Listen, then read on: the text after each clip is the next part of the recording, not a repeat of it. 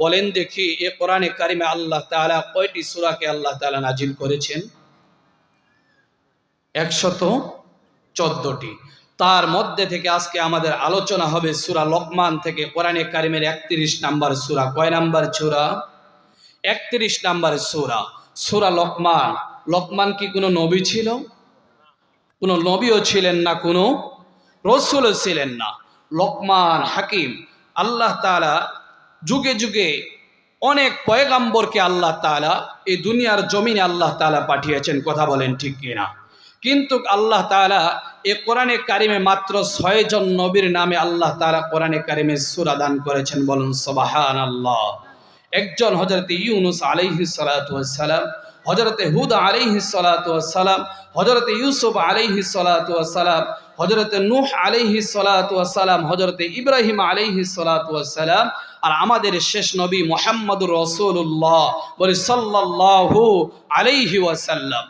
6 জন নবী আর 2 জন আল্লাহ তাআলার একজন পেয়ারা বান্দা আর একজন পেয়ারা বান্দির নামে আল্লাহ তাআলা কোরআনে কারিমে সূরা দান করেছেন, বলুন সুবহানাল্লাহ। তাহলে এত নবী, মুসা নবী ছিলেন, ঈসা নবী ছিলেন, তারপরে অনেক নবী রয়েছে, কিন্তু আল্লাহ তাআলা তাদের নামে কোরআনে কারিমে সূরা দেয়নি, কথা বলেন ঠিক কিনা? কিন্তু এমন এক বান্দা আর এক বান্দি লোকমান হাকিম এবং মারিয়াম আলাইহিস সালাতু ওয়াস সালাম, এমন কি তারা গুণ কি কাজ করেছে যার কারণে আল্লাহ তাআলা তাদের নামে কোরআনে কারিমে সূরা দিল, এটা আমাদের জানার দরকার আছে কি নাই? যে আজকে সমাজে আজকে যদি আমরা তাকাই তাহলে মনে হবে আল্লাহ তাআলা কোরআনে কারিমে মনে হয় লোকমানের নামে সূরা দিয়েছেন। লোকমান মনে অত্যন্ত বড় লোক মানুষ ছিল, নয়তো বা কোনো ধনাঢ্য মানুষ ছিল, নয়তো বা সুন্দর একজন চেহারার অধিকারী ছিল। কারণ আজকে সমাজে কার দাম বেশি? কথা বলেন, কার দাম বেশি? কিসের? টাকাওয়ালার দাম বেশি। সুন্দর নারীর চেহারা, যার সুন্দর চেহারাদার তার দাম বেশি, কথা বলেন ঠিক কিনা? কিন্তু আমার রব্বে কারিমের কাছে কোনো টাকাওয়ালা, কোনো ক্ষমতাশীল ধরের কোনো দাম, যার তাকওয়ার লেভেল যত বেশি হবে রব্বে কারিমের কাছে সেই মানুষটার তত বেশি দাম হবে। চিৎকার মেরে বলেন সুবহানাল্লাহ।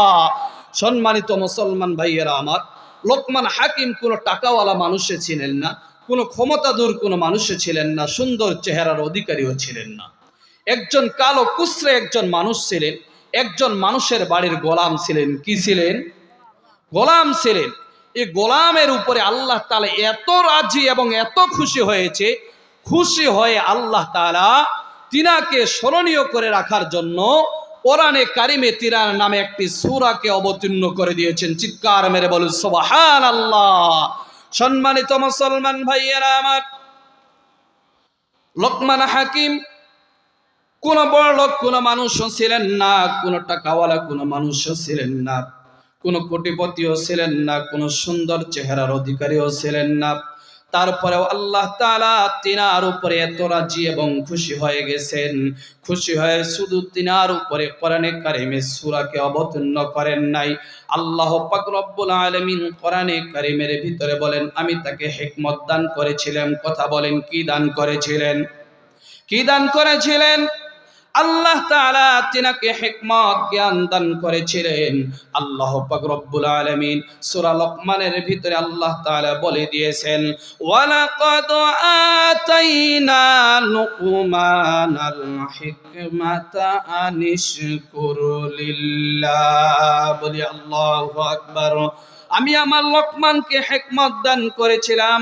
লোকমান হাকিম কেমন জ্ঞানী ছিলেন, কেমন বুদ্ধিমান ছিলেন, আমাদের জানার দরকার আছে কি নাই? কথা বলেন, জানার দরকার আছে কি নাই? লোকমান হাকিম এত জ্ঞানী ছিলেন, এত বুদ্ধিমান ছিলেন যে লোকমান হাকিম ছিলেন তিনার মালিকের ছিলেন গোলাম। যেই লোকমান হাকিম যখন তার মালিকের গোলামি করেন, তার মালিকের হুকুম অনুযায়ী যখন তার বকরি নিয়ে যখন কি করতেন, জমি বাড়িতে যেতেন, মরুভূমিতে যখন সেই বকরিগুলোকে, পালগুলোকে নিয়ে যখন মরুভূমিতে চলে যেতেন, সেই বকরিগুলোকে ছেড়ে দিয়ে তিনার হাতের লাঠিটাকে সামনে গেড়ে দিয়ে লোকমান হাকিম সুন্দর করে বক্তব্য শুরু করে দিতেন। বলুন সুবহানাল্লাহ। লোকমান হাকিম যখন বক্তব্য শুরু করতেন, তার সামনে একজন মানুষও থাকতো না, তার সামনে একজন মানুষও তার শোনার জন্য, তার কথাগুলো শোনার জন্য একজন মানুষও থাকতো না, কিন্তু একে একে তারা বক্তব্যগুলো শোনার জন্য এক এক করে লোকে লোকান্বিত হয়ে যেত। বলুন সুবহানাল্লাহ। লোকমান হাকিম যখন এরকম সুন্দর করে তার কণ্ঠ দিয়ে যখন তার বক্তব্যকে পেশ করেন, মানুষ যখন তার বক্তব্যগুলো যখন ঘন্টার পরে ঘন্টা যখন শুনতে থাকে, হঠাৎ তার মালিকের কাছে খবর গেল, ওগো লোকমানের মালিক, আপনি কি জানেন আপনার লোকমান এত জ্ঞানী, এত বুদ্ধিমান, আপনার লোকমান সুন্দর করে বক্তব্য দিতে জানেন। লোকমান হাকিমের মালিক অত্যন্ত আশ্চর্য হয়ে গেলেন, হায় হায়, আমার বাড়ির একটা কাজের লোক, একটা গোলাম এত সুন্দর বক্তব্য দেয়, এত জ্ঞানী, তারপরেও আমি খবর রাখি নাই। এবার লোকমান হাকিমের মালিক লোকমানকে ডেকে বলে, লোকমান, শুনলাম তুমি নাকি অত্যন্ত জ্ঞানী, অত্যন্ত বুদ্ধিমান, তোমার কেমন জ্ঞান রয়েছে, তোমার কেমন বুদ্ধি রয়েছে, আজকে তোমার বুদ্ধিমাত্রার আমি পরীক্ষা নেব।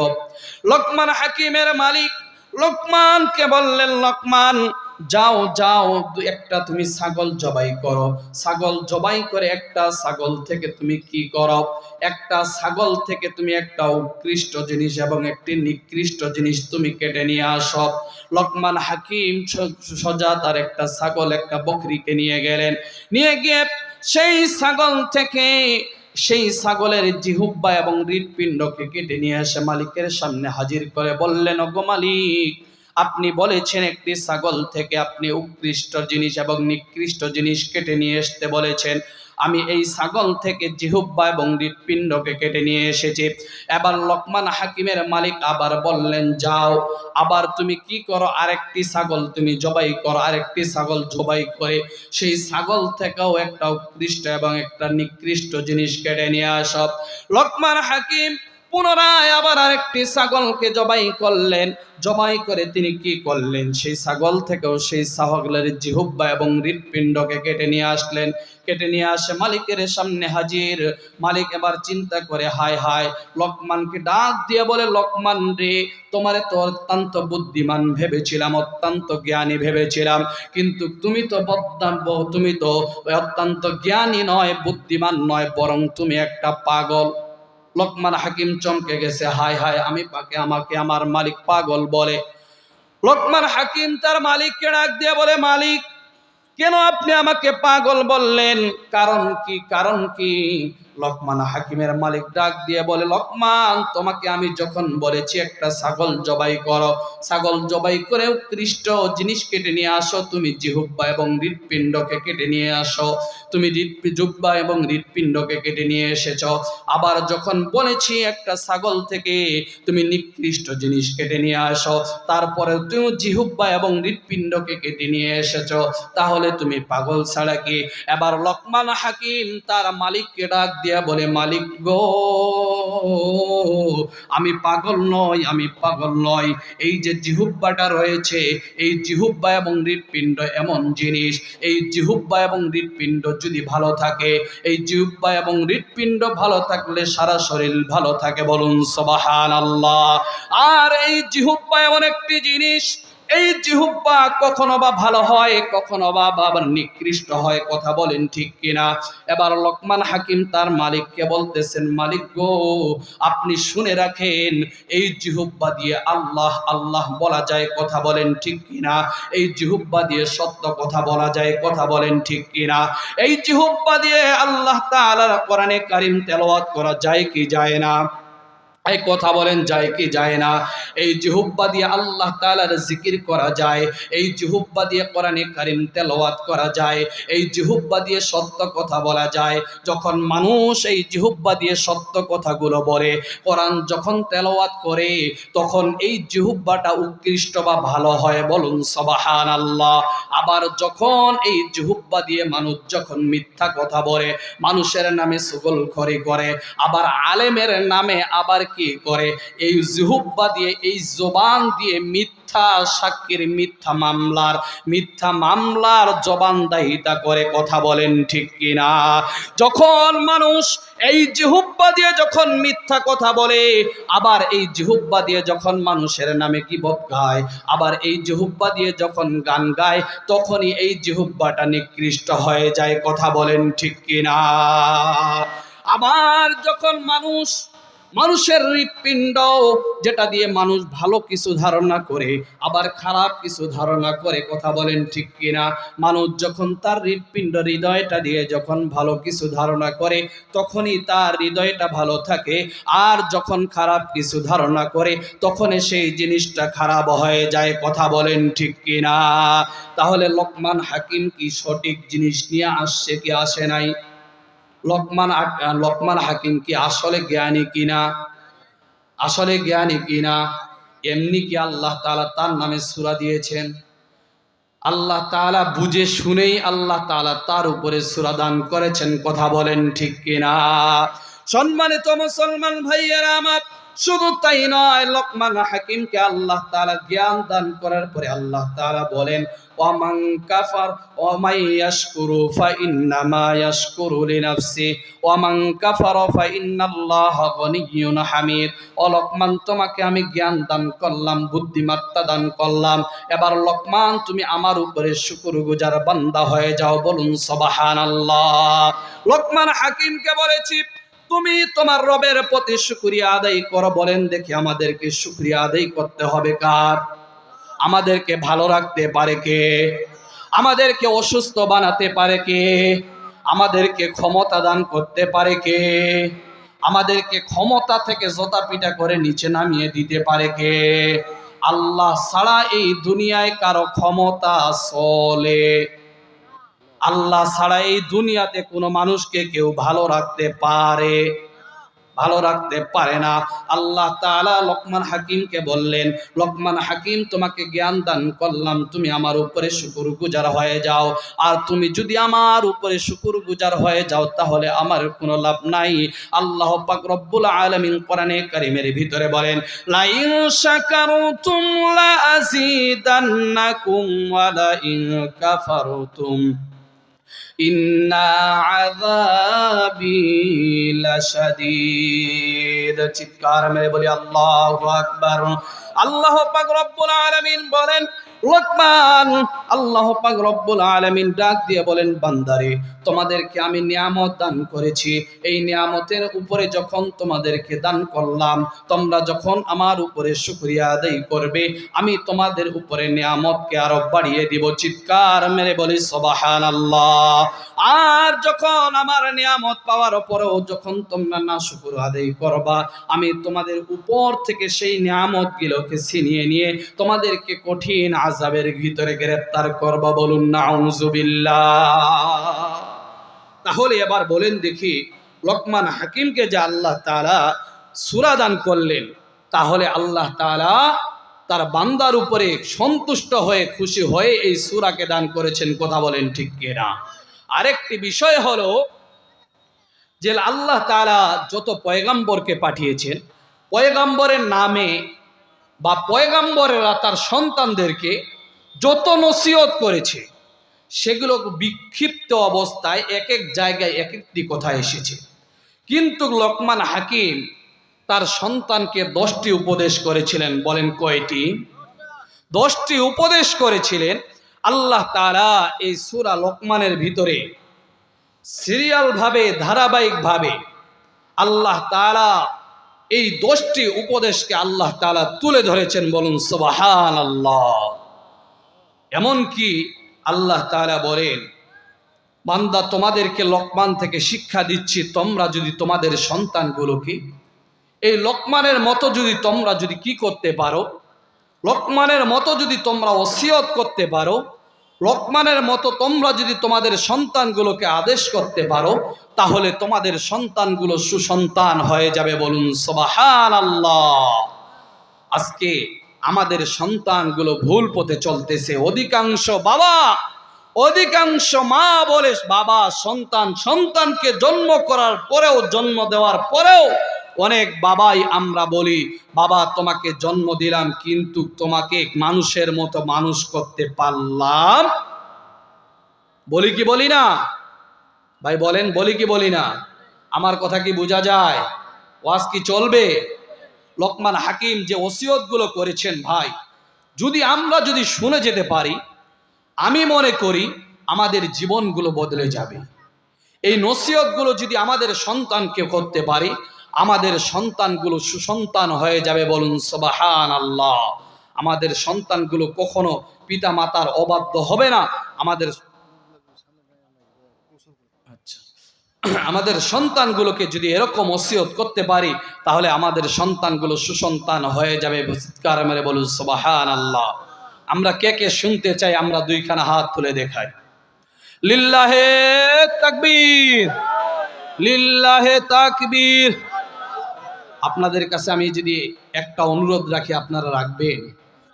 আপনাদের তো শোনার ইচ্ছা আছে, আমিও শোনার জন্য সেই দূরান্ত থেকে, দিনাজপুর থেকে সেই মোটরসাইকেল টেনে আপনাদের মাঝে এসেছি, আপনাদেরকে কিছু কোরআনের কথা শোনার জন্য। আমি 2 মিনিট সময় দিব, জিকির করব।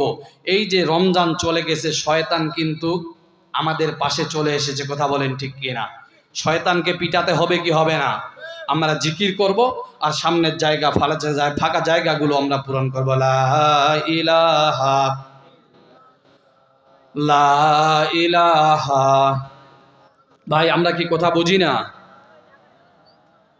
আমি তো জানি ঠাকুরগাঁয়ের মানুষ দিনাজপুরের মানুষের থেকে অত্যন্ত ভালো, তারা কথা খুব ভালো বুঝে এবং আলেমদেরকে খুব স্নেহ এবং সম্মান করে।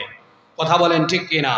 সম্মান তো তখনই করা হবে যখন একজন আলেমের মুখ থেকে একটা কথা বাইর হবে, সেই কথাকে সঙ্গে সঙ্গে কোনো আমজনতা শুনবে। কথা বলেন ঠিক কিনা?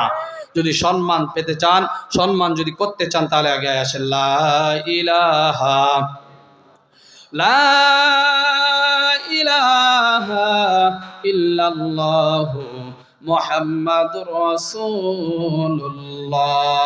বলি সাল্লাল্লাহু আলাইহি ওয়াসাল্লাম। বলেন দেখি, লোকমান হাকিম তার সন্তানকে কয়টি উপদেশ দিয়েছিলেন? লোকমান হাকিম তার সন্তানকে 10টি উপদেশ দিয়েছিলেন। তার মধ্যে থেকে 1 নাম্বার উপদেশ হলো, ওয়াইয ক্বালা লুকমানু লিবনিহি ওয়া হুয়া ইয়াইদুহু ইয়া বুনাইয়া লা তুশরিক বিল্লাহ ইন্নাশ শিরকা লাযুলমুন আযীম। বলি আল্লাহু আকবার। আল্লাহ পাক রব্বুল আলামিন কোরআনে কারীমের ভিতরে বলেন, লোকমান হাকিম তার সন্তানকে 1 নম্বরে উপদেশ দিচ্ছেন। দেখেন লোকমান হাকিম তার সন্তানকে কিভাবে ডাক দিচ্ছেন। আজকে লোকমান হাকিম ডাক দিচ্ছেন, হে আমার প্রিয় সন্তান। কি বলে ডেকেছেন বলেন? হে আমার প্রিয়। আর আমরা কি ডাকি? এ বল্টু, এদিক। একই মিথ্যা কথা বলছি আমি? এ বল্টু, এদিক আয়, এই যাও এই কাজটা কর। তাহলে কি ওই সন্তান শুনবে? আর যদি লোকমানের মতো আদরের ডাকে যদি আমি পিতা হিসাবে যদি ডাকি, ও আমার প্রিয় সন্তান, কারণ জন্মটা কে দিয়েছে? কে দিয়েছে জন্ম? বাইরে মানুষ দিয়েছে। শুনলে কি কষ্ট হবে নাকি? তাহলে বলেন না কেন? আমাদের সন্তানকে আমরাই জন্ম দিয়েছি। কথা বলেন ঠিক কিনা? তাহলে আমাদের সন্তানকে লোকমানের মতোই ডাকতে হবে, হে আমার প্রিয় সন্তান, এদিকে আসো, এই কাজটা করো। কথা বলেন ঠিক কিনা? তাহলে যদি এরকম সুন্দর করে সন্তানকে ডাকতে পারি, তাহলে ওই সন্তানগুলোও মনে করবে আমার বাবা আমাকে সম্মান দিয়ে ডেকেছে, আমার বাবার কাজটাও আমাকে সম্মান দিয়ে করতে হবে। কথা বলেন ঠিক কিনা? লোকমান হাকিম তার সন্তানকে 1 নম্বরে উপদেশ দিচ্ছেন, হে আমার প্রিয় সন্তান, তুমি আল্লাহর সঙ্গে কাউকে শিরিক করিও না। বলেন, কার সঙ্গে শিরিক করিও না? আল্লাহর সঙ্গে কাউকে শিরিক করা যাবে? আল্লাহর সঙ্গে কাউকে শিরিক করা যাবে না। এজন্য প্রথম শিক্ষা সন্তানকে দেওয়া হলো একমাত্র আল্লাহর পরিচয়, একমাত্র একাত্মবাদের আল্লাহ তাআলার পরিচয় আমার সন্তানকে দিতে হবে। কথা বলেন ঠিক কিনা? আজকে আমাদের সন্তানের প্রথম শিক্ষা হলো মোবাইল। কথা বলেন ঠিক কিনা? আজকে যেই সমস্ত পিতারা সারাদিন চাকরি করে, সপ্তাহে 1 দিন বাসায় থাকে, এখন একদিন বাসায় থেকে সন্তানদেরকে স্ত্রীদেরকে সময় দেওয়ার জন্য, কথা বলেন ঠিক কিনা? এখন যখন বাসায় থাকে তখন একদিন আর সন্তানকে কি সময় দিব, একদিন আমি সিরপাডাং মারে ঘুমাই, সন্তান যখন বিরক্ত করে তখন বলে বাবা তুই মোবাইল দেখ, তারপর আমাকে বিরক্ত। মিথ্যা কথা বলছি? আর আজকের মা বোনেরা তাদের প্রথম অভ্যাস হলো, আজকে যদি সন্তানগুলো যদি কান্নাকাটি করে তাহলে প্রথম তারা কি করে, সন্তানকে থামিয়ে রাখার জন্য, দমিয়ে রাখার জন্য তাকে যে নানা কৌশলে, তাদেরকে যে কৌশল শিখিয়ে যে তাদেরকে চুপ করাবে, আজকের মা বোনেরা সেটা করে না। তারাও হাতে পেয়েছে মোবাইল, সন্তানের হাতে ছোটবেলা থেকে এই মোবাইল দিয়ে সেই সন্তানকে ধ্বংস করে দিচ্ছে। কথা বলেন ঠিক কিনা? আজকে প্রথম শিক্ষা দিচ্ছে, এই সন্তানকে মোবাইল দিচ্ছে, মোবাইলের ভিতরে নানান ধরনের কার্টুন, নাচ গান বাজনা, নৃত্যকীদের নাচ গান বাজনা দিয়ে সন্তানদেরকে বড় করতেছে। কথা বলেন ঠিক কিনা? ওই সন্তান তো বড় হয়ে ওই সন্তান কি কুলাঙ্গার অবশ্যই হবে। কথা বলেন ঠিক কিনা? ওই সন্তান বড় হয়ে কখনো সুসন্তান হতে পারে না। কথা বলেন ঠিক কিনা? ওই রকম সন্তান যদি জন্ম দেওয়ার পরে কোনো পিতা যদি তার সন্তানকে যদি আল্লাহর পরিচয় করে না দেয়, সেই সন্তানকে যদি ছোটবেলা থেকে নৃত্যকীদের নাচ গান বাজনা দেখিয়ে যদি বড় করে, তাহলে ওই সন্তানের দ্বারা বড় হয়ে সেই পিতা পিটনি খাওয়াটাই স্বাভাবিক। কি মিথ্যা কথা বলছি? মিথ্যা কথা বলি নাই, কারণ ছোটবেলা থেকে সে মারামারি শিখে আসতেছে। কথা বলেন ঠিক কিনা? কেমন পোশাক পরতে হবে সেটাও শিখে আসতেছে। কথা বলেন ঠিক কিনা? এজন্য প্রথম শিক্ষা আমার সন্তানকে দিতে হবে। আজকে এই যে চোসপাড়া গোরস্থান হাফেজিয়া কিন্ডার গার্ডেন মাদ্রাসা, এরকম কিন্ডার গার্ডেন থেকে আমার সন্তানকে কি করতে হবে? কোরআন শিক্ষা দিতে হবে। কথা বলেন ঠিক কিনা? যদি আমার সন্তানগুলোকে যদি কোরআনের শিক্ষা দিতে পারি, প্রথম থেকেই যদি সেই সন্তান যদি কোরআনের শিক্ষা নিয়ে যদি বড় হয়, আমার মনে হয় কোনো সন্তানকে, কোনো পিতাকে বৃদ্ধাশ্রমে জায়গা নিতে হবে না। কথা বলেন ঠিক কিনা? কারণ কোরআনে কারিমে আল্লাহ তাআলা পিতামাতার খেদমত সম্পর্কে ওয়াজ করেছেন, কি করেন নাই? অবশ্যই করেছেন। তাহলে তার সন্তানকে আমাদের মনে হবে প্রথম শিক্ষা হলো কোরআনের শিক্ষা। কথা বলেন ঠিক কিনা? আজকে মনে করি কোরআনের শিক্ষা দিয়ে কি হবে? কথা বলেন ঠিক কিনা? কোরআনের শিক্ষা দিলে এই 10 টাকা, আজকে 6,000 7,000 10,000 টাকা বেতন পাবে, চাকরি করবে।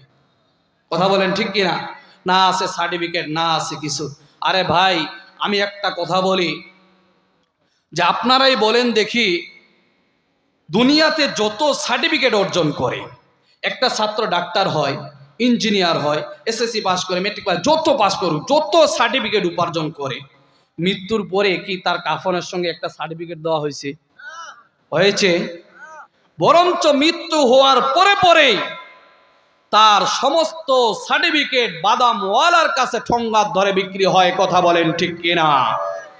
আর যত কিছু আবিষ্কার করেছে, যে আবিষ্কার করলো, লাইট আবিষ্কার করলো, ফ্যান আবিষ্কার করলো, বলেন দেখি অন্ধকার কবরে থাকবে? একটা লাইট নিয়ে গেছে। এই যে গরমের দিন এসি আবিষ্কার করলো, একটা এসি নিয়ে গেছে। ফ্যান, ফুলসিরাতে রাস্তা, শত শত বছরের রাস্তা, ফুলসিরাত টিস্যু আনার ব্যবস্থা বন্ধ, টিস্যু